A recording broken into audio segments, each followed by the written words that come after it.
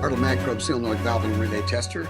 Its operation is completely isolated from computer loading issues often present with a voltmeter test instrument. Now, before the advent of the Bartol Magprobe, I understand the cost of service in terms of time, manpower, and loss of productivity was significant. Now, checking electrical solenoid valves and relays using a conventional voltmeter requires shutting down the production line in order to take, or actually to isolate, the defective part and or shut off computerized controls to prevent loading of the computer output drivers.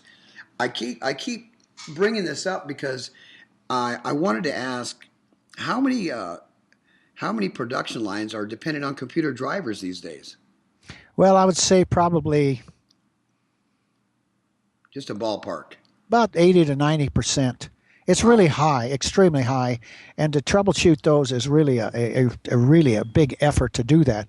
And for one thing, you don't want to upset the balance of your whole system by injecting another load attached to the system. And this is totally isolated, which is beautiful. You're totally isolated from the problem, so you know that what you're attaching or hanging on to it isn't causing the problem. So there is a really big advantage to not having to shut down production lines and having to reboot them up, or it just creates a complicated process when you have to use a voltmeter. Even though they do use them, it is a lot more complicated than using a Magprobe, right? Oh, absolutely. And you know, your mechanic can do this essential, the first test on it before he calls the electrician or somebody that with the voltmeter.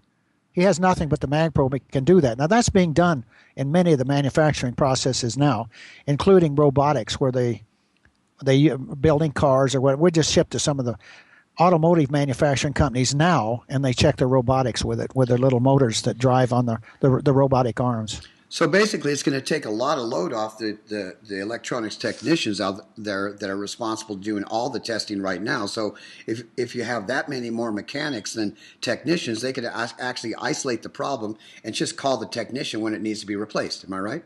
Yeah, exactly. If they see it's okay electrically, that they're getting the signal and everything, as it should be, because you're generating a magnetic field with a solenoid valve, and you're picking it up with a Magprobe, you know it's mechanical. Right. It's not working mechanically. Okay.